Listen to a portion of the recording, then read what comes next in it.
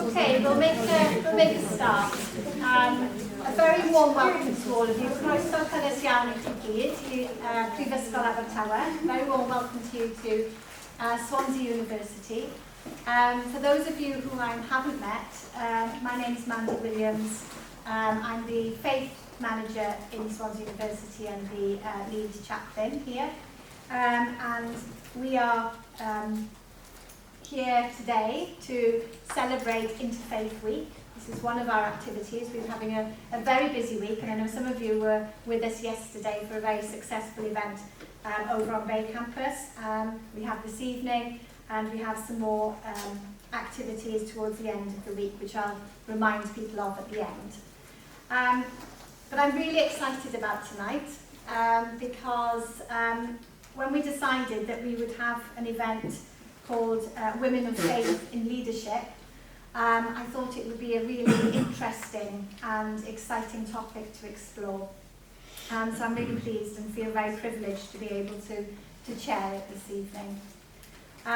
This event is in conjunction with Swansea Interfaith Forum and the university, and we work very, very closely together.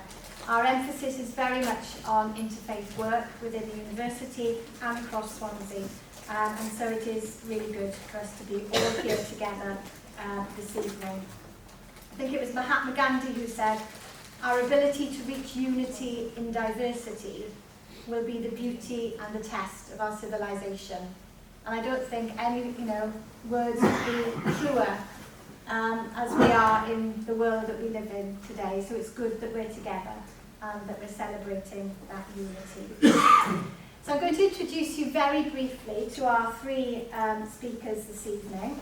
What's going to happen is I'm going to invite them each in turn to come and speak about their experience for about 10 to 15 minutes each, and then we're going to open the floor for questions. So they've been very brave and said that they're willing to answer any questions that I've put to them. So that will happen after that. So to begin with, I'd like to welcome Zara Mohammed. Zara is a Scottish faith leader, currently serving as Secretary General of the Muslim Council of Britain, and has been since 2021. And she is the first woman to lead the organisation in its history. Then we have the Right Reverend Cherry Vann, originally from Leicestershire. Cherry served as Archdeacon of Rochdale in the Diocese of Manchester for 11 years before her election as Bishop of Monmouth in 2019. We're very blessed in Wales with 4 female bishops now, so it's just about tipped the balance in the favour of women, which I come from that church in Wales, and it's a great thing to celebrate again. Cherry trained for ministry at Westcott House in Cambridge. We have that in common. We both trained there, not at the same time. And was ordained as a deacon in 1989, and she was among the first women to be ordained as a priest in the Church of England in 1994. And then Carolyn Harries is a retired college lecturer. She lectured in business and education for 25 years. She practices Nichiren Buddhism and has done for 33 years, and is a member of the lay Buddhist organisation SGI UK. SGI UK was founded by Daisaku Aikida, a Buddhist philosopher, peace builder, educator, author and poet. And SGI stands for Soka Gakka International. I hope I've pronounced that right, but I'm sure that Carolyn will tell us more about it. So can I ask you to give a very warm welcome to our 3 guest speakers for this evening.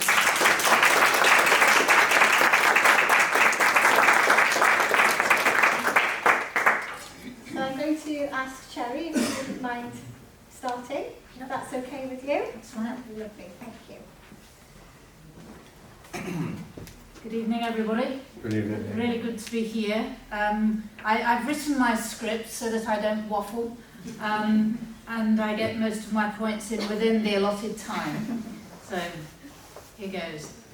So this year marks the 25th anniversary of the ordination of women to the priesthood here in Wales.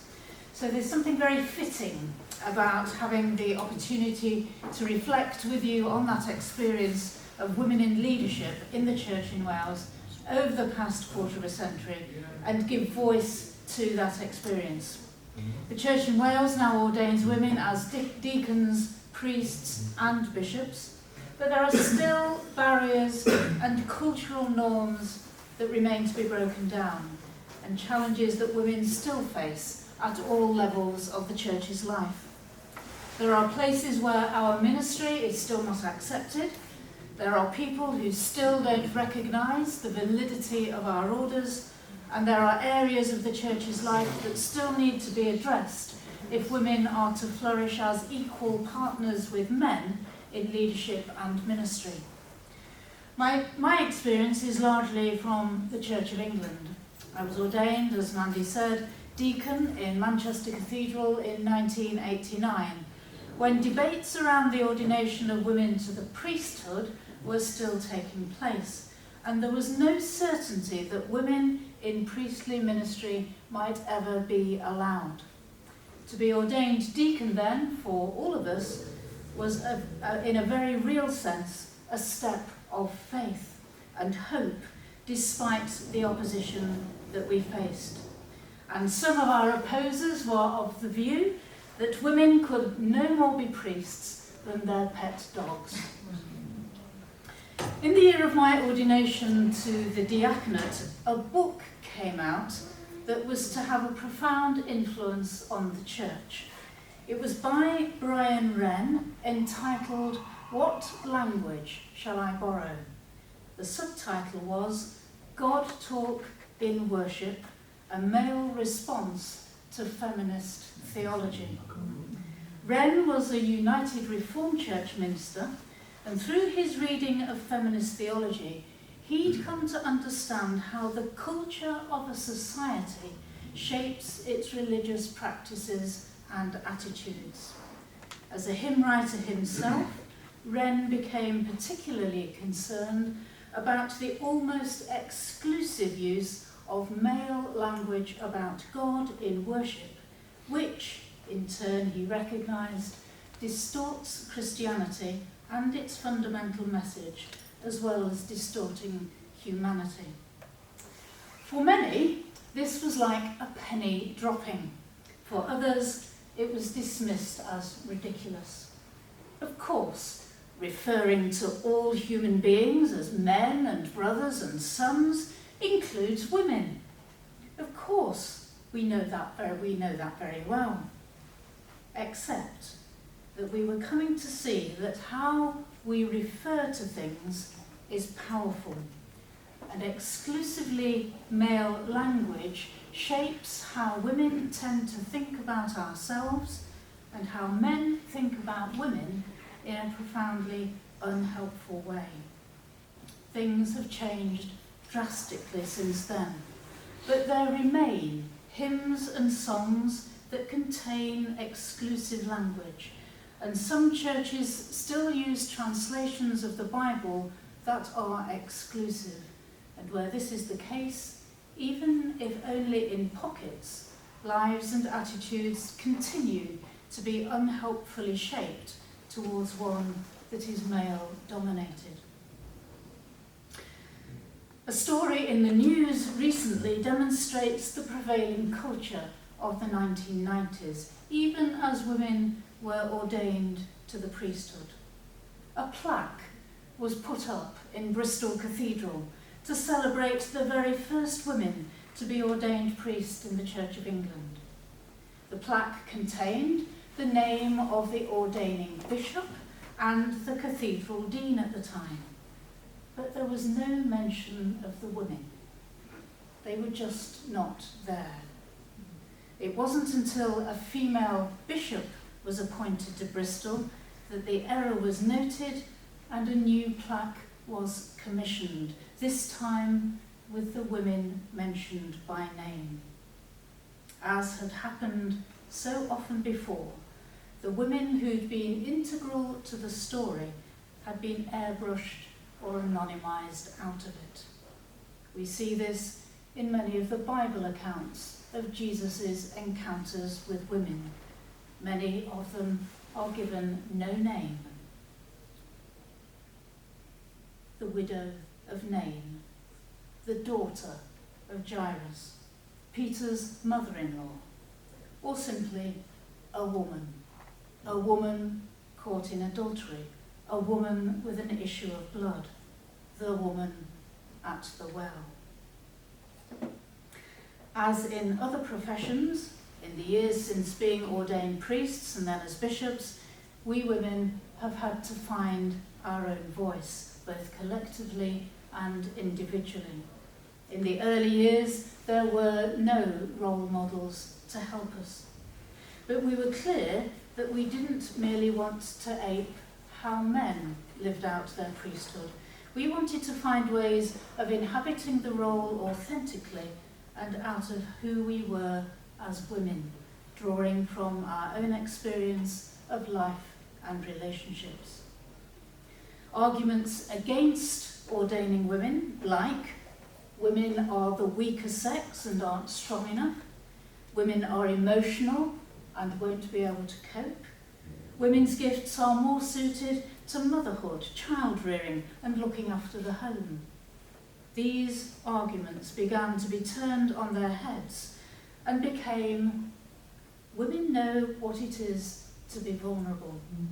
Women have emotional intelligence and are gifted in building relationships and nurturing others. But for those first women priests particularly, life and ministry was hard.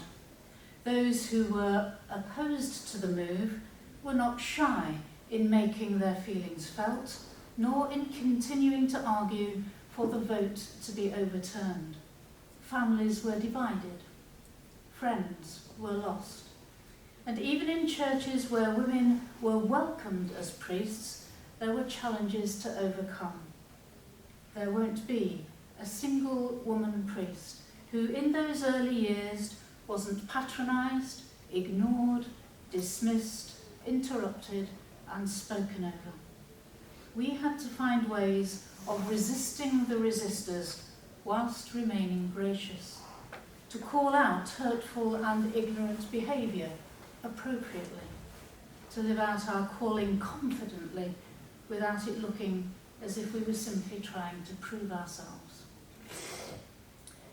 Nearly 3 decades on, and women now serve at every level of the Church's life, except for that of an Archbishop. But there remain challenges to overcome. Some of them are internal challenges that inhibit or prevent women being the best they can be.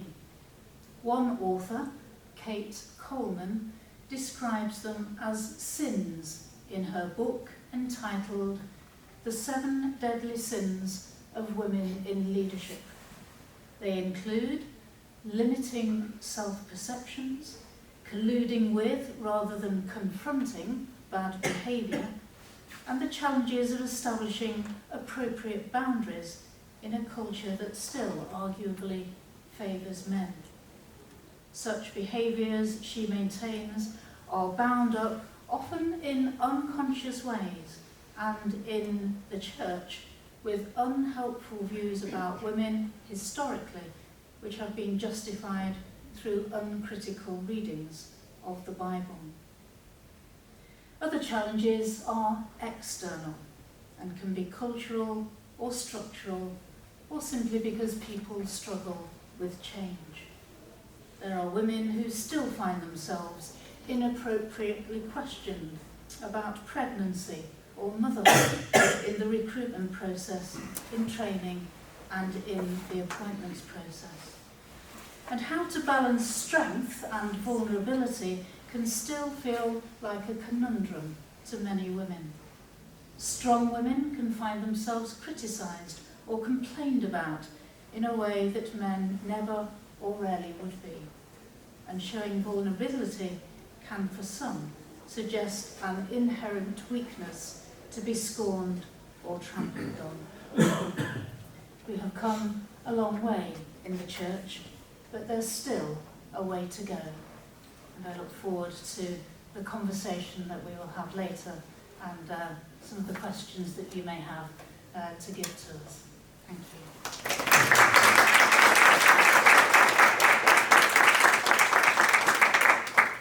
Thank you very much, Terry. So can I ask Carolyn to come up now? Thank you very much. Do you want to use the mic, Mandy? It's fine. I think it's fine. I think the recording is fine. Can everybody hear okay? Yeah. Yeah? Yeah, brilliant. We will give the mics when we ask you're going to ask questions. So That was my first question, going to be my first question. Can you all hear me? I hope you can. Okay. Well, my name's Carolyn, and I'm a Nichiren Buddhist. And I belong to a lay organisation, as the chair has just advised you, called the Soka Gakkai International. And one thing I have to say is, women in our organisation have always been valued from the very beginning. Our founder was a 12th century Japanese priest, Nichiren, and he had many followers who were women. And they wrote wonderful letters to him, and he wrote wonderful letters back to them, encouraging them in their life and in their practice. And that tradition has continued, okay? As I explained, our organisation's a lay one. It's international. We're in many countries in the world. And women in our organisation have, from the very beginning, built or helped to build our organisation and have been incredibly valued. We have 4 divisions: women's division, men's division, young men's division, and young women's division. That does not divide us. In fact, it unifies us because we work together to create this organisation that tries to promote world peace, a peaceful world, through changing ourselves, through changing our attitudes towards life and towards our communities, towards within our relationships, etc. Okay, so we all work together, but we sometimes work separately as well, and that's wonderful because it means that individuals, men, women, young women, can meet with people who they relate to, who they can discuss their issues with, but at the same time, we are all able to come together. I don't know what else I can say really, except women perform such an amazing and such a useful role within our organisation. And our president, Daisako Ikeda, is continually praising us and continually saying how wonderful it is to have women within our organisation who do so much and who support the organisation, this wonderful movement, this wonderful peace movement worldwide. Shall we read the questions? Yeah. I think we're going to have Zara to speak first, There we and are. then we'll open up to Thank you. questions. Thank you.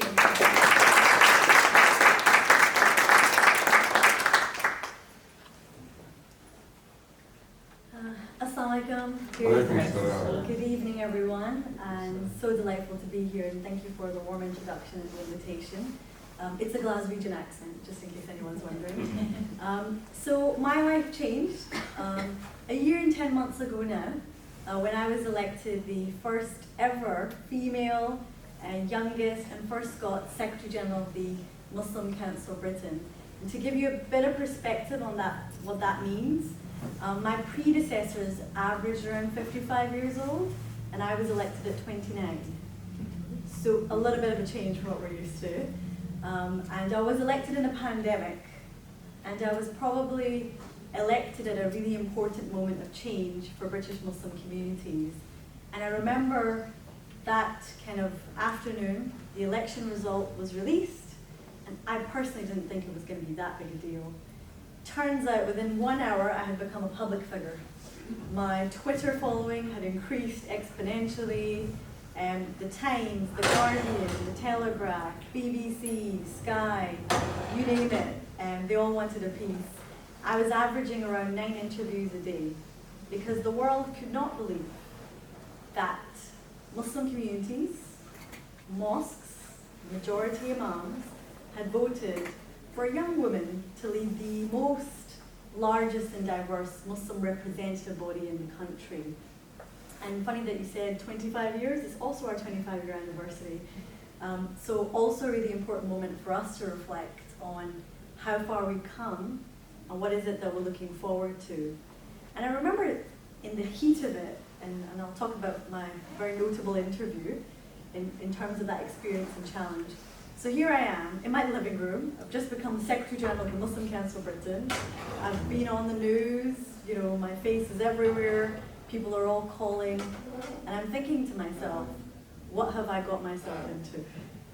And why is it that my election has now been part of a bigger narrative around not just who Muslims are, but who Muslim women can be? And can they be leaders? Because that's really what the question was at. And on day 4 of my election, I had my very, very famous interview on Women's Hour, which turned out to be quite a hostile interview. I think some people have watched it. And the premise of that interview was that it was going to be really friendly and really polite. And obviously, with all my enthusiasm, I thought, okay, great. And just within seconds, the tone of the interview became very hostile. The questioning was an interrogation. Can you tell me how many female imams are there? Can you tell me what are you doing about extremism? What about this? What about that? And instantly, I had to make a decision. You know, I've only been elected for 4 days. I literally am so new to this. How do I want to play this interview? How do I want this interview to define my leadership? And for all the people that put their trust in me, how was I going to respond in this moment? And I chose to be dignified and, you know, let the interview be what it may, but I wasn't going to take the bait and I wasn't going to create a story. And that interview made international news. I was on the front page of the print version of The Guardian, and a huge conversation was started around Muslim women in leadership. And again, why are we treated like this? I had right-wing commentators from big newspapers saying, she's just a puppet, she's a token. She is a pleasant face away from a bearded, cross-eyed man, and I quote. And people saying, you know, and we also had right-wing publications that were saying, you know, who had criticized Muslim communities for being backward and all. Well, she's an extremist too, right? So now you've got a young Muslim woman at the helm, but we're still backwards. It's not really, nothing's really changed. And so what that leak taught me as a Muslim woman in leadership was that A, this wasn't going to be easy, but B, that despite Muslims now being in their 3rd and 4th generation in this country, despite us being in every sector and field, despite many Muslim women, some in this room today, taking on leadership roles, represented so well in all sorts of fields, the conversation of Muslims and our identity in politics and media had not changed. And that lens of securitization, that Islamophobia, stigma, stereotypes, tropes, that was all still there. Because after that week of radio interviews and everything, I was asked every single question on Muslims. To the point that I said, okay, you know, my role here is not to defend every single thing about Muslims and Islam. My role here is to represent British Muslim communities, my members, and to create a pathway forward, to create confidence in our communities and the ability to attain opportunity, to show Muslim women and young leaders that it's possible, what is possible, what we can do, but also to challenge those narratives and to say, you know, you can't define us without us. We're going to define who we are. You know, 50% of Muslims in this country are under the age of 25. So half of everybody I represent is a young person. And if you ask young people today, how confident are you about your future? They're going to give you a mixed result. Because it's difficult to be a young Muslim today, especially a visibly young Muslim, especially a visibly young Muslim woman. So I have a law degree, and even with that law degree, it was such a challenge to get a job. You know, I remember, you know, when I put my headscarf on, the weirdness and the awkwardness around that. You know, last year marked 20 years since 9/11 and 20 years of securitization for Muslim communities. And just coming back to my journey of, so what's it been like? So people always ask me, how did you get elected? And you know, and what's it been like? You know, so how I got elected was down to the communities and their trust. You know, what I realized very quickly, being a first is really hard because you don't have a reference point. You've got to figure everything out. The scrutiny on you is 10 times more. The level of questioning, you make a decision, they ask you why 5 more times, or more times than they'd ever asked a man. But also, you're really so much more aware and conscious that everything you do, some of that's going to be blamed to the fact that you're a woman. So if you make a mistake, underlying assumption as well, maybe. And for me, it wasn't just the gender, but my age. Imagine being the youngest person in the room, the youngest person in the organization, and also the boss. You know, I had commented, you know, I've been doing this for 35 years, what do you know, you know? And so part of my challenge being this young leader, being a woman, is finding a path of my own and being true to my own voice in the role, but most importantly, building connection relationships. So one of the first things that I did, as soon as the restrictions eased, was go meet the community. Go find out how and where and what our Muslim community is going to. I had an incredible visit to Wales, 3 days, Swansea, Newport and Cardiff. And when I went across there and I really listened, I thought, wow, Muslim communities are doing incredible work. And whilst the media and politics are presenting us as these outliers and the suspect community, the contribution in COVID, the contribution in just local pastoral care, you know, students said to us, Indian students said, you know, if it wasn't for churches, synagogues, mosques and temples, we just wouldn't have eaten. We didn't have anywhere to go. You know, the role of faith communities is not diminished, it's strengthened. But the biggest cost of living crisis we're ever facing, people are looking to community. And so as I toured across the UK, there wasn't a mosque that I went to that didn't have a food bank. I don't know if that's necessarily a good thing or a bad thing, but you get the point. You know, there wasn't a mosque or community that wasn't providing mental health support, youth support, drug addiction support, you know. And everywhere I go, I always made it an effort to meet the women's groups and the women in the community, because I wanted them to know that they had an ambassador and a voice at the table. And to summarize and conclude, my journey has taught me a lot of things. Number one is to be confident in who you are and true to yourself. Number two is to remember that you don't need to do it alone. There's lots of people on your side helping you along the way. But number three is that to always let faith be a guiding compass, because our faith empowers us actually and helps us to know that we can do better, we can do more. And finally, that leadership is not an easy one. So if you're going to go for it, you better not lose your courage. Thank you so much.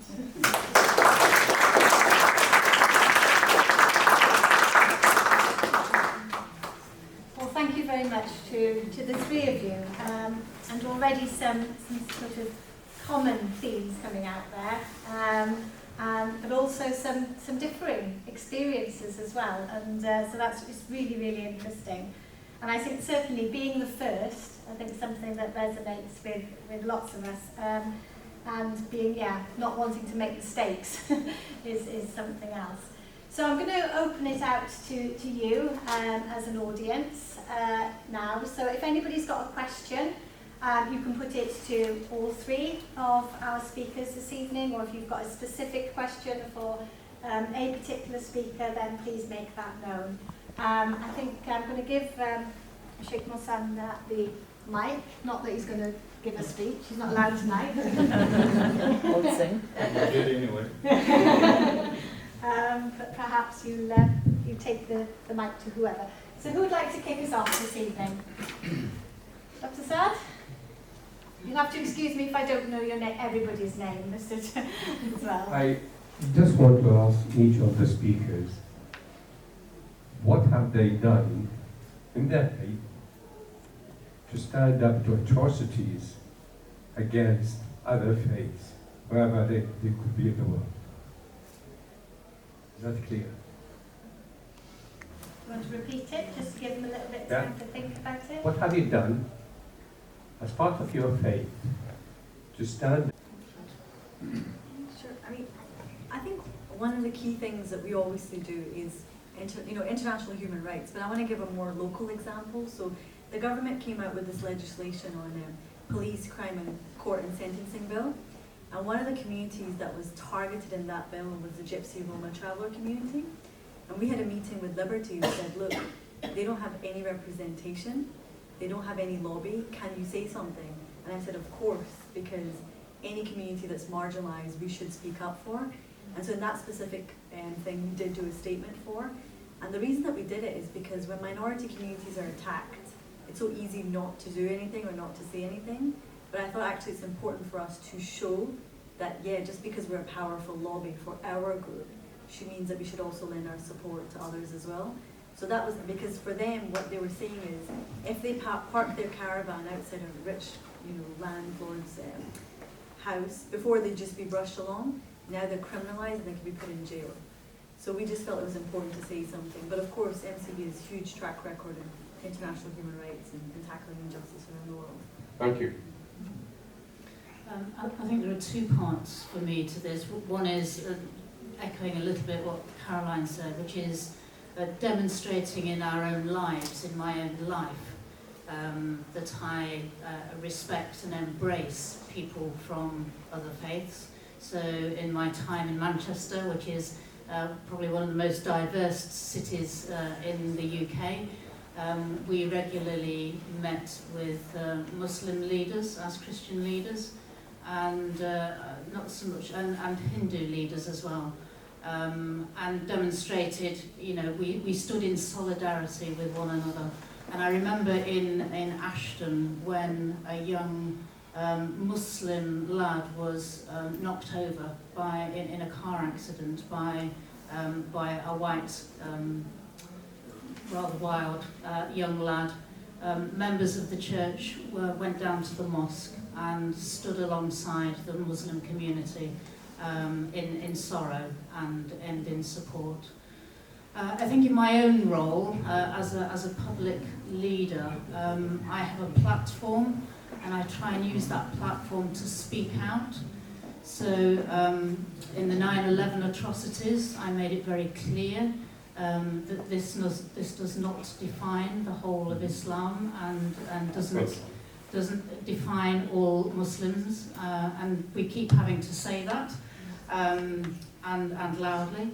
The church has been very poor in its relationships with the Jewish community because of the history and because of what happened to Jesus by the Jews. We've had a very poor history around that. And so around Holocaust Memorial Day, I will make sure that I'm at a vigil, and I will use my Twitter feed or my sermons or my video podcasts to speak out in support of the Jewish community and in lament for the church's actions against the Jewish community. So we do have agency, but you're right to challenge us to use it to the best of our ability. Thank you. Thank you.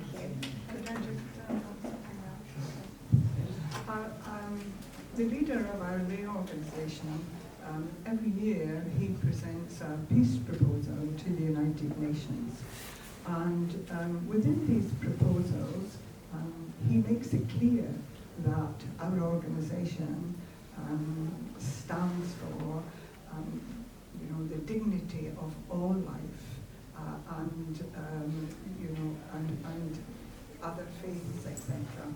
Also, many times he has dialogues with leaders, with international leaders, and also with men of learning, etc., from many different countries.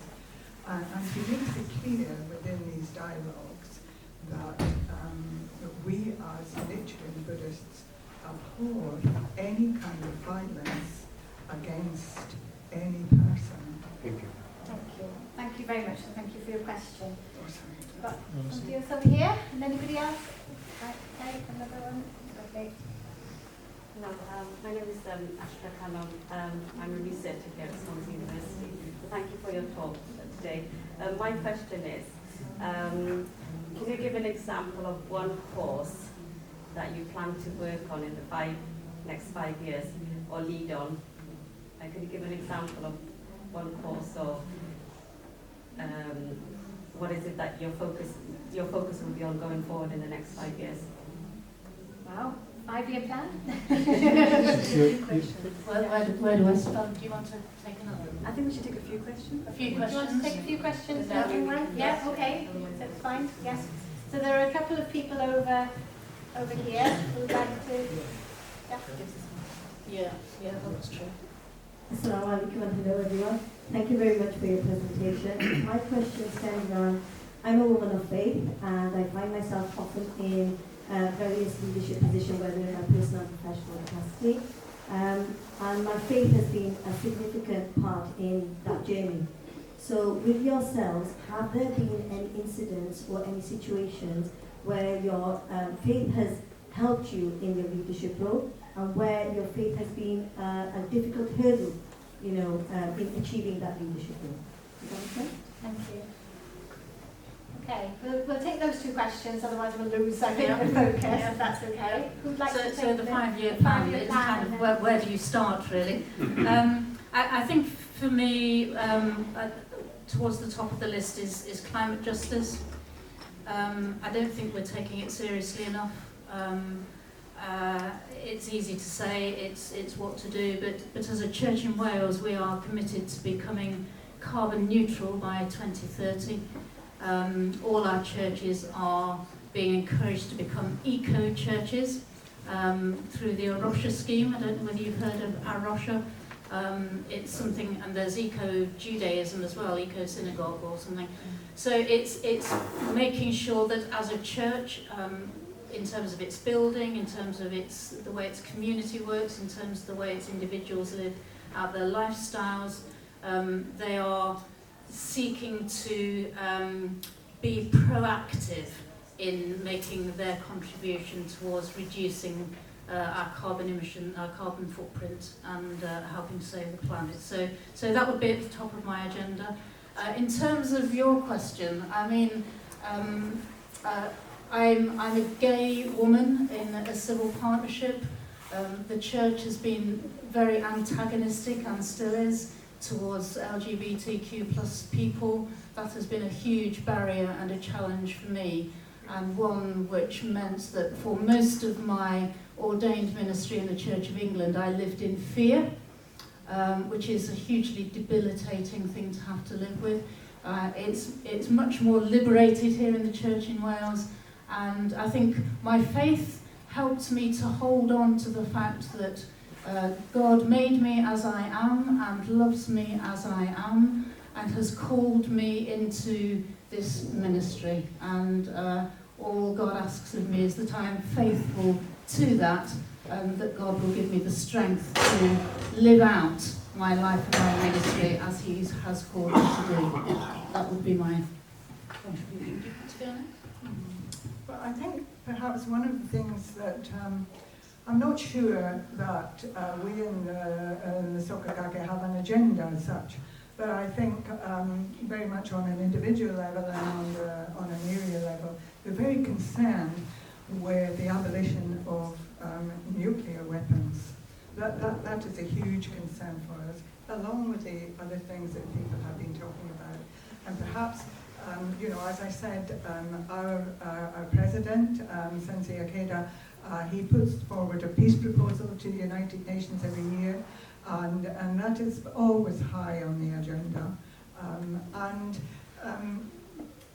Alongside that, because it is part of the same issue, is a deep respect for the dignity of all life, for everybody's life, really. And in terms of the faith aspect, I can only speak individually on that one, okay?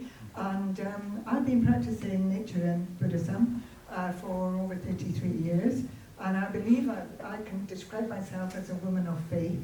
And there are many, many instances in my life when this practice, this belief in other people's spirituality and Buddha nature has really helped me to overcome huge obstacles. One of the ones I'm thinking about is a very personal one. when my daughter died. That was very difficult.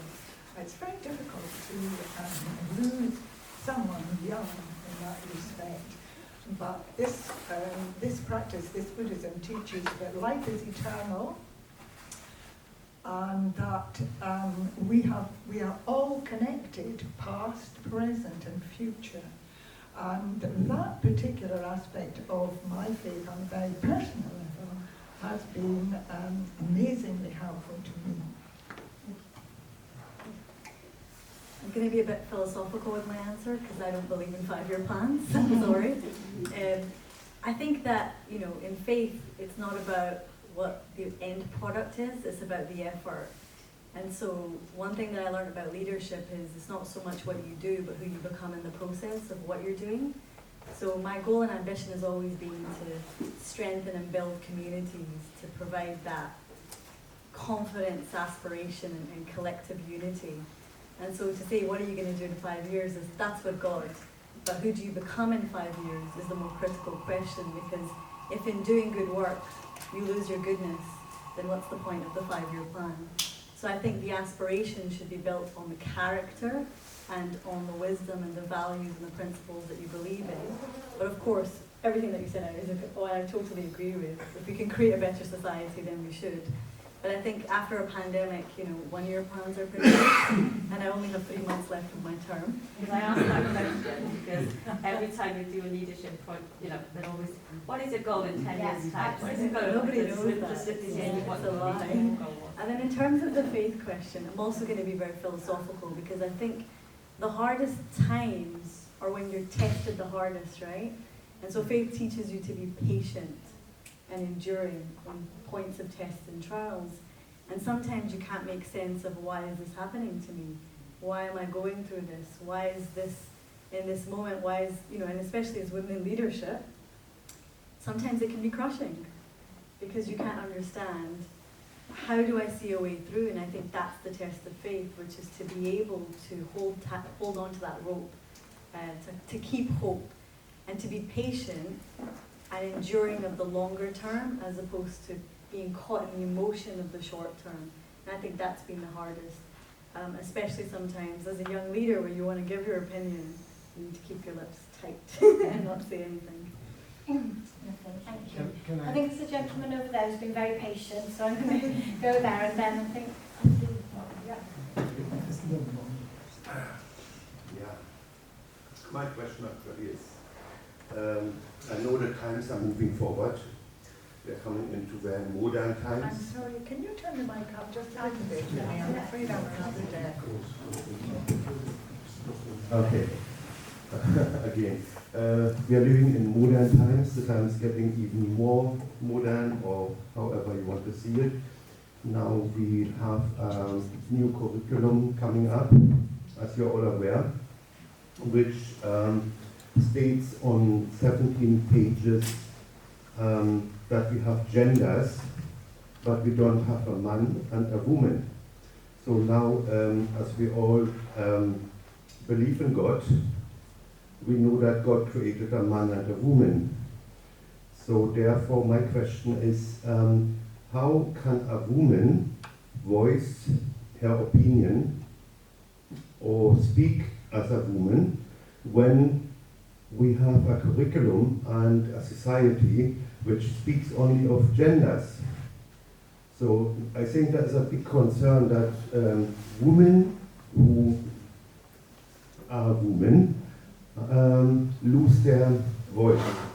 So that's my concern. It's like big mix and match going on, and in my belief, I don't think it's right. So we still speak of a man and of a woman, and that is how it should be. And our children are growing up in a society where they can choose their gender, but I believe that God has chosen our gender before we even born. Thank you. Thank you very much. Can you just introduce yourself? Sorry, because we didn't know. That would be lovely. Yeah, my name is Remo, and yeah, Thank you. I'm just associated here with that. Thank you. Okay, so you want to take another one first? Yeah. So one here, one there, yes. Actually, my question is a collective question. I was drawn to Terry, the Archbishop, to what you said when you mentioned the argument for women. I do apologize, but I can't hear you. Okay, when Terry mentioned the argument for women, it immediately triggered in my mind how I am being, as a Muslim, I forgot to introduce myself. I'm Mohammed Isidine. I work as a professor of Islamic studies at Trinity St. University. Now I am Professor Emeritus, but I am visiting professor at Swansea University. The question is that drew my mind to what you said, is the idea of argument for women. And one of the important verses in the Quran is entitled, "She who argued." And there's another verse in the Quran which is entitled Mary. So really, the argument for women in Islam goes back right to the water source. And for you, you said we always have in our instructions interest in the collectivity of human beings. That's what I understood. Sorry? You said that there's always a space in your faith for other people and how you speak about them. And obviously for Zara, I know her point of view. But the question that I'm trying to think about while you are sitting in front of me and talking in a manner which is very encouraging. I mean, when I go back to my early days when I was a junior lecturer at Lancaster University, and how was the situation with regard to all the points that you express part of your interest in them. There's a vista of points that one need to talk about. I mean, I took one of the issues that I took is the argument, the environment, and I based most of my research and publication on the conservation of the environment. And my book, The Environmental Dimensions of Islam, was described by my mentor, Lily Smart, as challenging. I'm sorry I don't want to interrupt you, but can you just try and Yes, ask the question so we've got time to answer? What is the points that between you, can find whereby you can work together? I mean, obviously, there's a space for difference and there's space for similarity. And I don't know which is more than the other, really. Okay. And have you tried to pin down points whereby you as women speak about, formulate a kind of locus for leader women, religious women leaders working together? And what are the starting points? Is it the global issue? I wish it is. Or is it the other issues which are so many development in the world? Thank you. Sorry, I have to get into the That's fine, no, that's fine. This is the Okay, nature so we've of got the two big questions there, two very big questions, I think. One is around the curriculum, the new curriculum that is very much in the news at the moment, and I know that's something that is taxing lots of people, and people have varying views on that, and about the issue of gender and what does gender mean.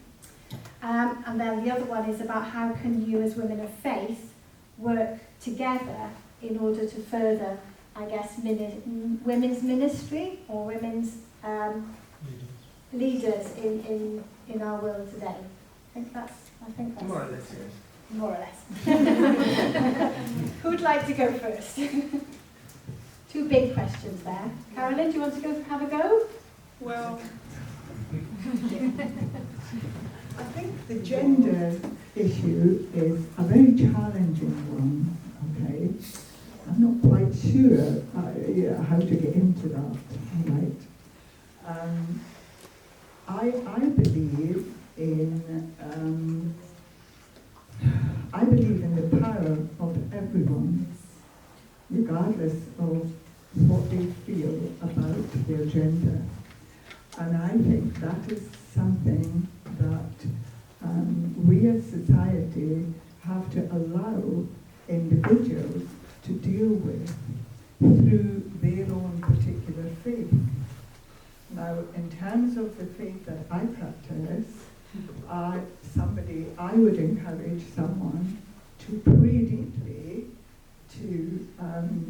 for their own particular happiness as a man or woman, okay, or someone who did not want to be particularly described as a man or a woman.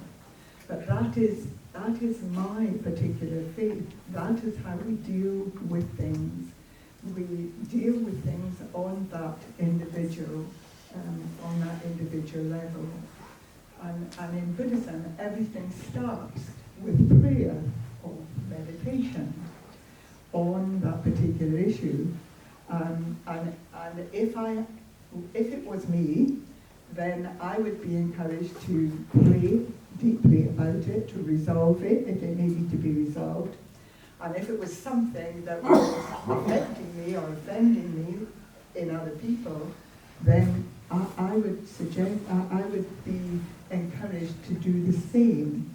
We're always encouraged to begin to understand how we feel within our own life about those things. Does that make any sense to you? Well, if we speak of adults, yes, it makes some sense. But we all know that the curriculum is not addressed to particularly adults, but actually pointing at children from the age of 3, I believe. Yes. And that is of concern that children in young age are being, let me say, messed up. Yeah, because children don't have that understanding of sexuality as we have it. Okay, so that is a big concern that children are being put in directions where they normally wouldn't go, and that affects you, of course, in your later life. There is no question of it. You cannot buy alcohol in a shop if you are not 18 years old, whatsoever old, isn't it? You are not permitted officially to smoke. You cannot drive a car. You cannot sign certain contracts. But if it comes to that particular curriculum, children at the age of 3 and 4 are permitted to make their own choices, and there is something extremely wrong in. And it is not just a question of belief and faith. It is just a question: where is the society heading to? Where is it going to? Okay, that thank you. like that. Thank you. Can we get some feedback from Sherry and Zara, and then we won't forget the second question. We'll come back to the second question. Thank you. I mean, look, I think as people of faith, all of us know our position on these issues. Textual position, morality, whatever you want to call it. I think what you're talking about is a clear issue for us as people of faith, right? So that's not to discriminate against anybody who has the other opinions. So I don't think we're going to get into the rightness or wrongness. We're in a pluralistic society. Just as we express our faiths, others can express their beliefs. And just as we are entitled to be respected for our beliefs, our principles, our doctrine, we respect others' right to choice.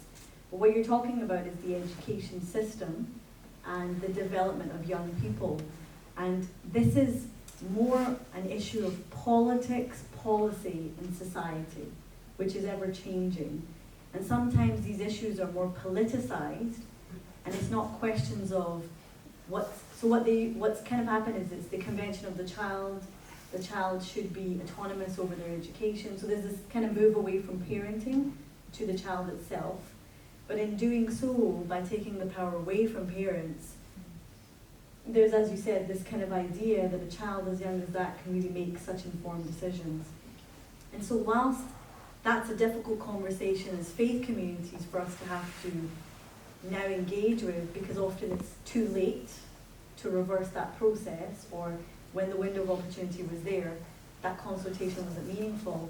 I think what's important for us to do now is to consider what can our role be to support young people in their development, whether those be as parents to children, as a religious institution to young people, friends and all the rest of it, but also what are we doing in the public space? How are we engaging with decision makers? So organisations like the Muslim Council Britain, we're an advocacy representative organisation. So our job is to take the views of our community and say, look, this is how our community feel about these issues. How much we can change and affect policy often comes down to elections and votes, and often comes down to our relationships with decision makers. So I don't think there's an easy fix or an easy answer, or even anyone to disagree with the rightness or wrong of what you're saying. But what you are alluding to, which is a critical point, is how do we want to see our society moving forward, and what are we going to do about it? And I think it's really important that the future of young people and education is something we all take an active interest in, you know, and ask ourselves how many of us are involved in the relationships with teachers in schools, on the parent-teacher forum, how many of us are involved in the education system. So education isn't just at school. It goes beyond that. It's also about your relationship with your child. So I think it's a very difficult topic. It's not easy, but I think, you know, for those of us with different faith traditions, we understand the challenge. But I wouldn't lose hope, and I still think that faith does have a big voice at the table and can't be ignored. But it probably comes back to your question, Professor, around how we unite together on these issues. And there are folk, like there's the Women in Belief Forum, there's lots of international forums and local forums about, but I think these kinds of topics require our collective effort to address. Thank you. Thank you, Zara. Jerry, would you like to add anything? I don't think I can better that, really. I agree entirely with what you said. I guess one of the concerns that is around this gender identity conversation is giving children the freedom to discover who they are. Now that's very different to discovering what gender they are, but at a basic level, I think there is a concern that girls and boys are pushed into particular trajectories of what they should like, how they should play, how they should dress, how they should behave, and I understand that actually, because I was a tomboy. I rebelled against having to wear dresses. I like to climb trees. I like to play with bows and arrows. I like to do things that girls didn't like, weren't expected to like to do. So I understand something of the background of where this is coming from, because I think at the end of the day, we want to love and embrace and encourage people to discover who they are in all their fullness.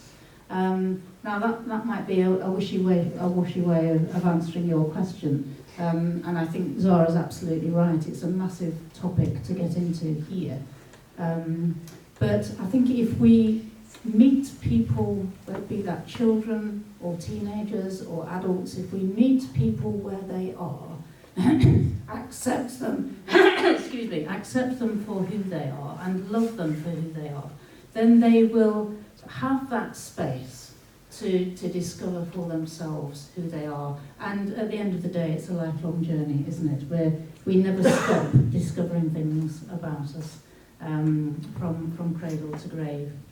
I think your point is very, very well made, and I don't think, certainly at a local level, I'm talking personally now, at a local level we don't do anything like enough as women. It is a great opportunity for women of faith to get together, to work together, to share together, to learn from each other, to support one another. And yeah, I'm challenged by that.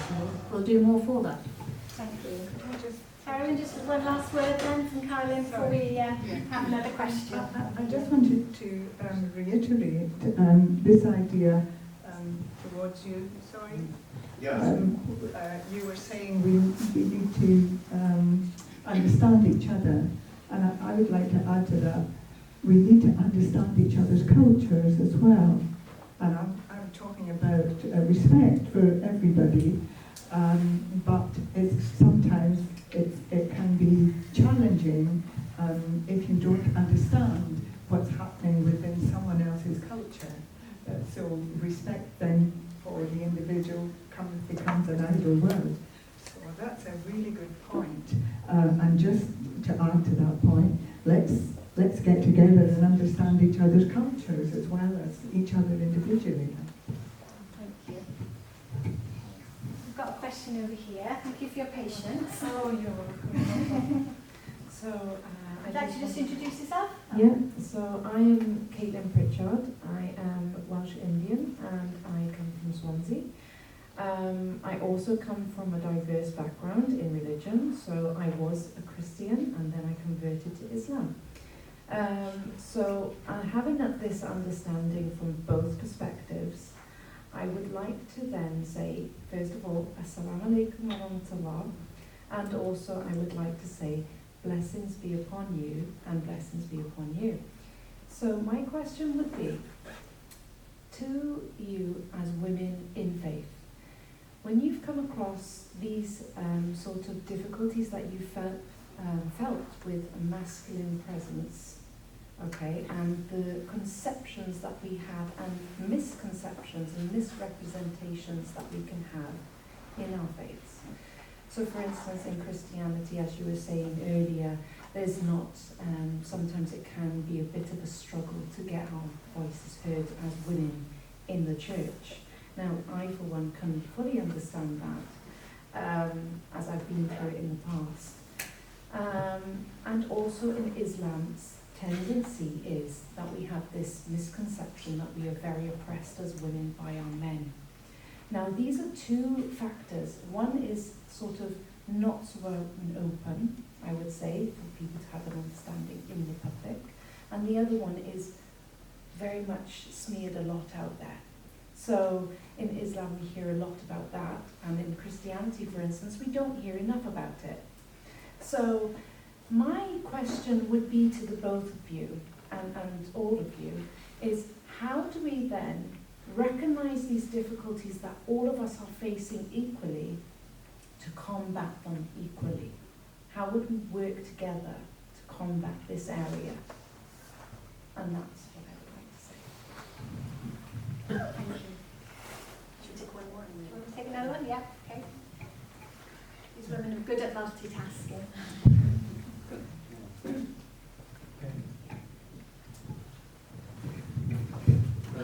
First of all, Assalamu alaikum. Hello everyone. Thank you for the opportunity to ask something. Would you like to introduce yourself so we know who you are? My name is Mustaqim. I am a resident from Swansea for the last 15 years, I believe, 15, 16 years, can't remember. I work for the local authority. Probably some of them are already here from the same organization.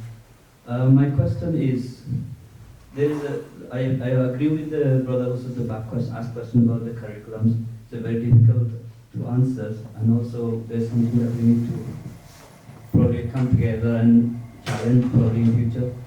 But the question is, we are all in here believe in some sort of faith, which is good. If there is a faith, there is a hope. But what about those who don't believe in faith at all? They don't bother about religion. How do you, as a leader, connect with them, and what's your plan for them? Thank you. Thank you. Thank you very much. So we've got two questions. So we've got a question from Caitlin about how do you address some of the challenges that as women of faith you have experienced, and how can, I guess another question about how we can better work together. I think we're being really, really challenged in that this evening. I think probably, as Cherry said, we don't do enough. And I think as a university, we try to do so, but we don't do enough, and we should be doing more. And the second question is, what about people who don't feel as if they have a faith, and how do we relate to them? Yeah, I think it's a great question, and thank you for sharing more about yourself as well.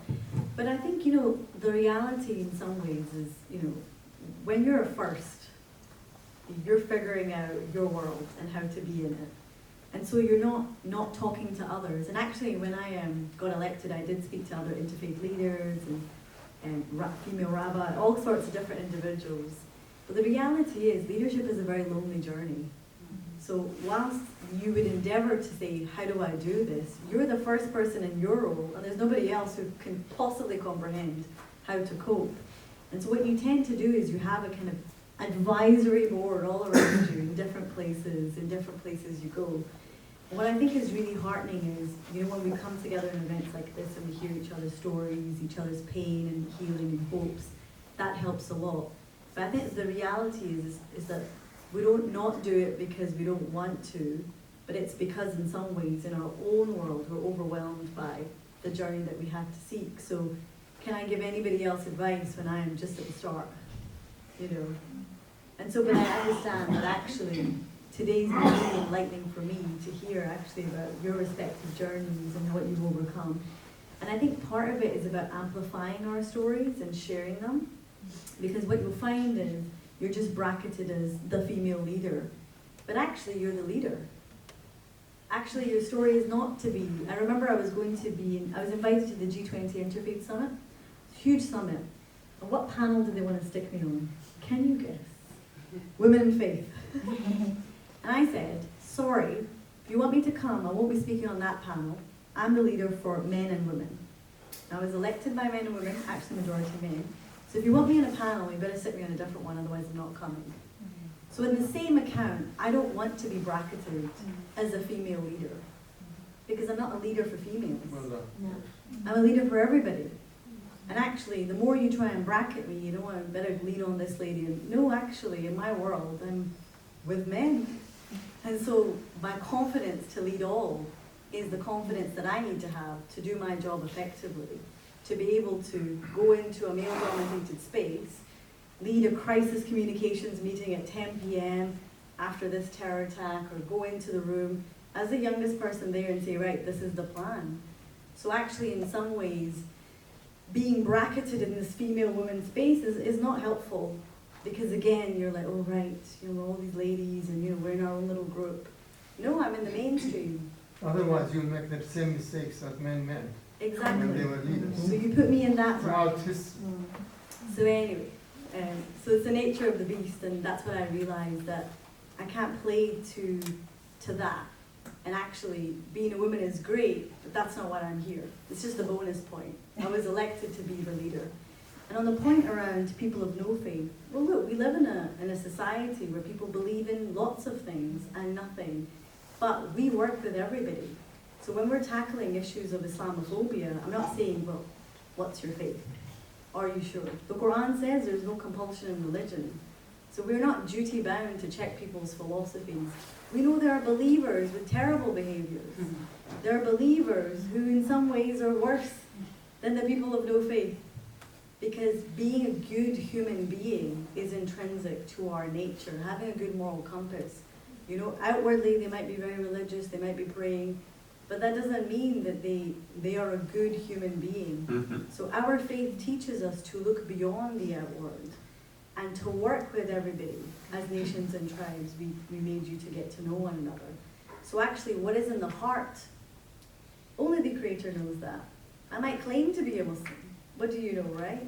So our role in society is to effectively show our contribution as people of faith, to show our philosophy and how we behave and what we act and what we do, but to fundamentally show people that by working collectively, irrespective, you know, we're not here to judge. We're here to bring everybody together, because our motto as the MCB is to create a fair, just and cohesive society for all, not just for Muslims. So to live in a country where you're a minority but the country affords you. You know, there are places in Europe that you cannot have a mosque, you cannot have a community, you can't have halal meat, you can't have these things. And so these laws are not from, do you understand what I'm saying? So actually, you take the goodness of everything around you, you work with it, and you share your faith in the best way, but you don't hide from the fact that just because people are of faith means that they're any better than people who aren't. And actually, those of us in faith can always do better because we have a heightened responsibility to be better. And I think that's in the way we treat people we don't know, the way you treat the waiter, the way you treat, you know, people around you. How do you behave when nobody knows you? And I think that comes from the teachings of being humble, the teachings of the Prophet Muhammad ﷺ, that, you know, it's our manners and our conduct and our deeds that are most important, and leave God to judge, you know, how faithful we are. Can I just reiterate on my question Yes. just a little bit? Yes. Because there's a bit that I missed, and I think it's got a bit of a misconception.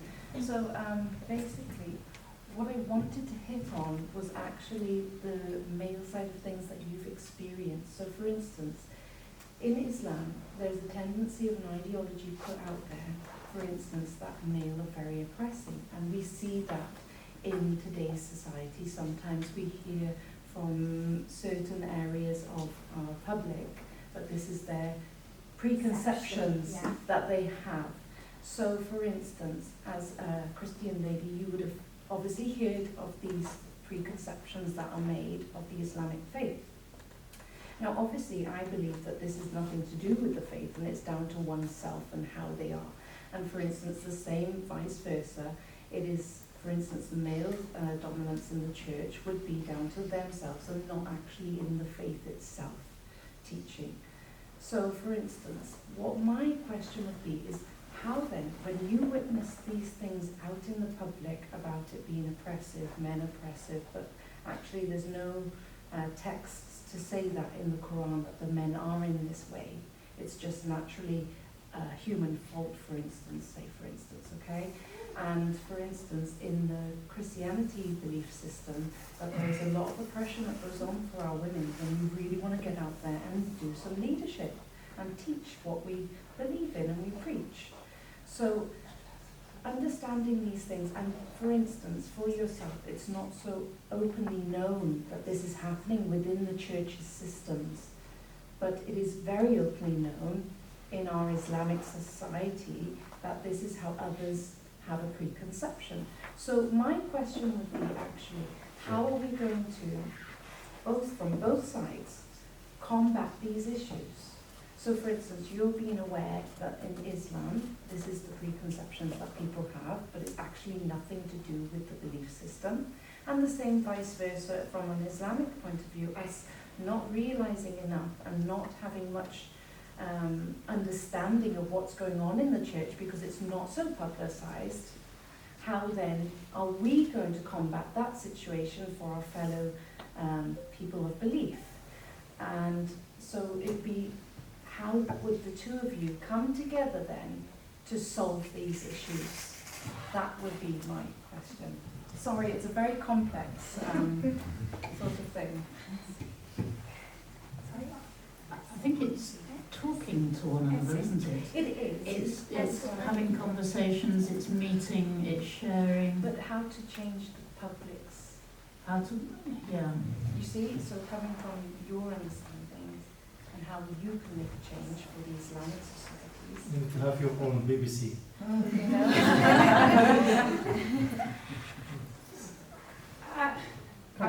It's a very big question, isn't it? I mean, I think we model good behaviour, we call out bad behaviour, we try to be authentic as leaders from who we are as human beings, whether that be that a woman, a man, an older person, a younger person.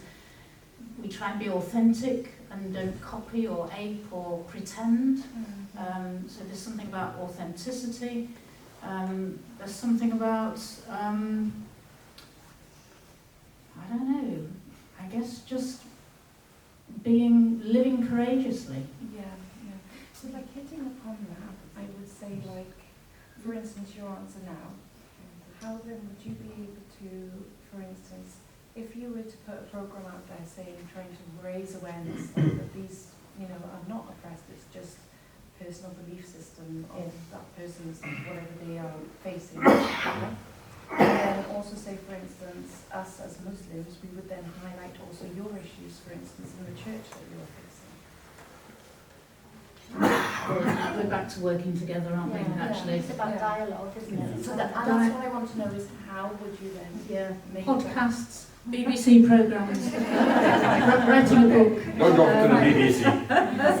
I haven't seen it done yet. It's a very good question. Yeah. Carolyn, just, It's a very big question, you are right, and I would like to try and answer both those questions quite simply. And I have to speak as an individual. I'm part of a religious organisation, but unlike these ladies, I don't really have a community platform. But I think friendship is the key. And particularly if you imagine you're a person of no faith meeting a person of faith, okay? That's how we gain people's trust. And the motto of our organisation within the UK is trust through friendship, peace through trust. So I think that's where it starts. And I agree, it's not easy. You have to be courageous. You really have to want to engage with it. You really have to want to do it. And it's easy to talk about working together, but you are right. Some of the problems appear to be insurmountable.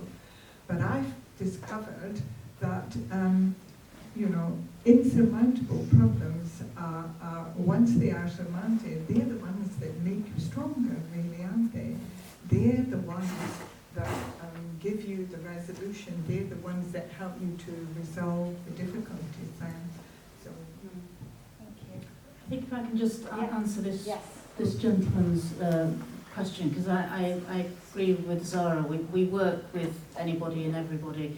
I think what I try and do is to find common ground with people who have no faith. So they may have no understanding of my religious belief or my religious practice, but they understand justice, they understand peace, they understand forgiveness and reconciliation.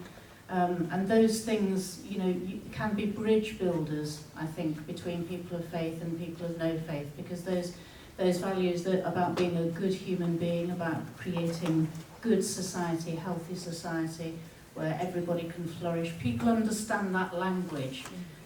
We've lost, I think, in Britain, there are a lot, well, the vast majority of people don't understand religion. They have no religious vocabulary. So we have to use other language to build bridges, and I think the values are one of the ways I would want to go. Thank you.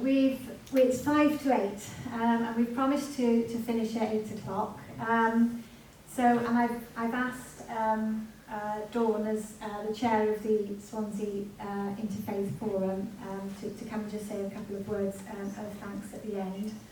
I'm sorry if we've not been able to pick up everybody's questions. I'm sure we could be here for another couple of hours, but I know that people have to be elsewhere.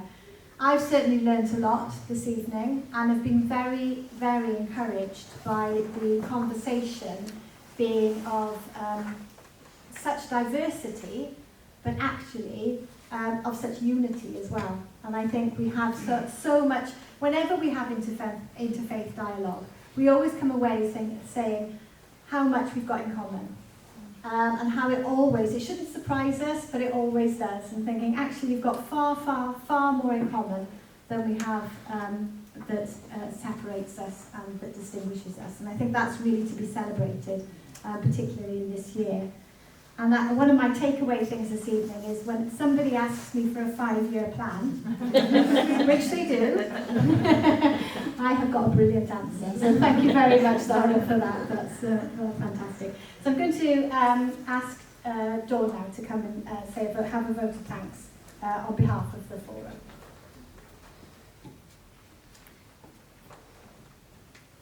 Thank you very much. I've got an allergy to talking in a microphone, but there we go. I've been delighted by this evening. It's been a marvellous experience to be able to sit amongst each of you, to be able to see your faces and enjoy the conversation, and what a marvellous thing that is to be in such harmony together. I think it's miraculous, isn't it? I think for me, I'd like to thank you because it has shone new light for me on some of my religious practices, on the way that I might pray, or what might dwell in my thoughts. And interesting to see that there's clarity in that, but also we've talked about challenge, haven't we? And how grateful we can be that in a place like this we can be challenged, but it's not a situation of conflict. Mm-hmm. It's something that we can address within ourselves and amongst ourselves. And that's a marvellous thing. I thank you too to be inspired that what we need to be is inspired to be leaders, not leaders of women. I was so grateful for that thought. And not leaders contrary to men. Sometimes I do worry that when we talk about how we feel as women, well, the only other people to blame in the room are men, aren't they? and I think that's a terribly sad thing, because it's like,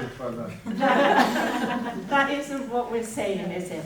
We want to be amongst the leaders. We want to be amongst the people who do good in this world of men and women, and those whose genders, those people who feel their genders are difficult to define. We want to be leaders amongst those people.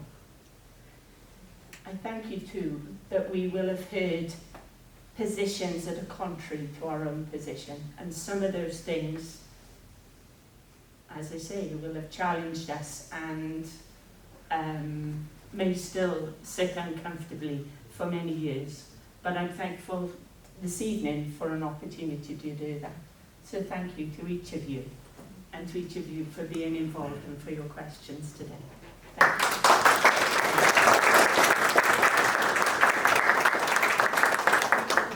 Okay, so thank you very much. And before we leave, please, if you want to stay and chat, please do. We don't have to vacate the room in any hurry. I think there's some food left over, so if people want to carry on eating afterwards, you're very welcome. And just to remind you of some of the other events that we've got on towards the end of this week. Tomorrow, during the day here on campus, and everybody is welcome if they want to come, we have a celebration of faith, food and music from 11:30 until 2:30 here in the same room. And then on Friday evening we have our film night, where we're watching The Sultan and the Saint, and that's about the dialogue between Muslims and Christians. That's at 7 o'clock in the Church of Jesus Christ of the Latter-day Saints in Swansea. So both of those events you're very warmly welcome. If you'd like to know more details, then please do come and ask myself or Sheikh Mohsen, who'll be able to point you in the right direction. And then just finally, one of the other things we did this week was have a photo competition where people were asked to submit photographs that spoke to them of their faith. And we had some really, really interesting photographs and insights from people. But I'm just going to say who the winners are. So the winners of the photo competition, I'm not sure if they're all here this evening, or if you are, then please make yourselves known, is Rebecca Rowlands. She took a photograph of Machynnes Peninsula Lake in Llanelli.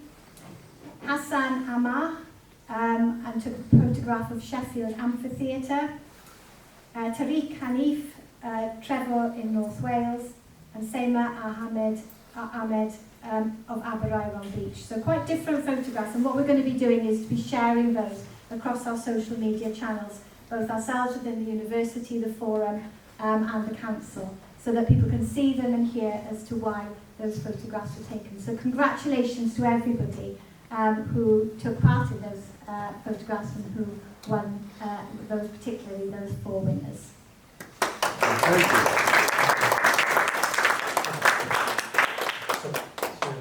If and says they have something for the Just got youth. something for Oh, the right, Carolyn. okay. Oh, There you go.